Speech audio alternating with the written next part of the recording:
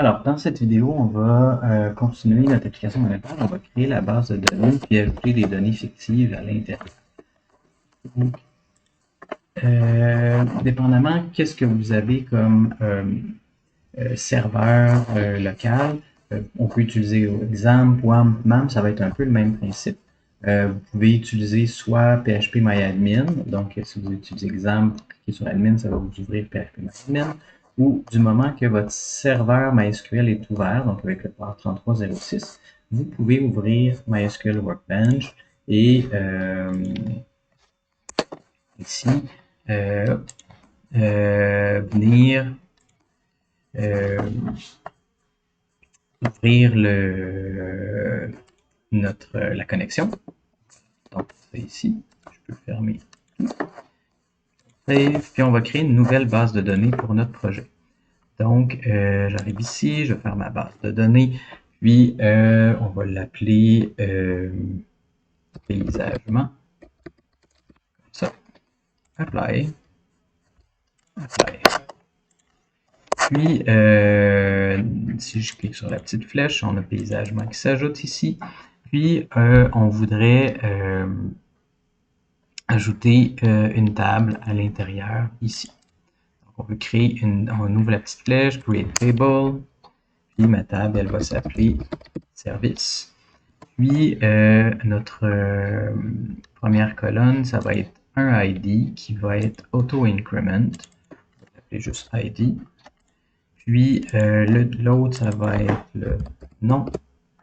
On va avoir aussi une description. Puis, on va avoir un prix. Puis, on va avoir image URL. On va avoir le nom de l'image qui est associé à notre service. Donc, ça c'est bon, mais le prix, lui, ça va pas être un varchar, ça va être un décimal. On va mettre un décimal, j'ai dit. On va mettre un float, comme ça. Puis, le reste, ça doit être bon. La description, on pourrait mettre plus long. On pourrait mettre du texte. Du medium text, mettons. Puis, est-ce qu'il y en a qui sont non nuls? Le nom peut pas être nul. Puis, le prix peut pas être nul.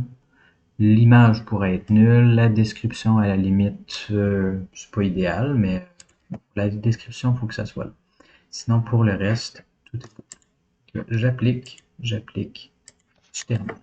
Donc, maintenant, j'ai ma table qui a été créée ici.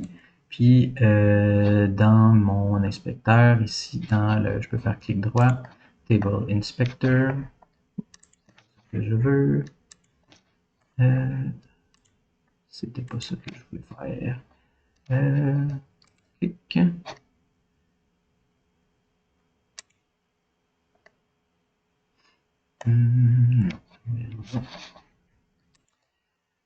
Alors, dans mes services, je vais faire sélectionner ça ici, puis après ça, je peux rajouter des champs si je voulais. Donc, par exemple, je pourrais rajouter dans les services de paysagement et la gage, le prix, ça va être 200$, puis je ne vais pas mettre d'image pour l'instant, puis venir pour la description. Puis,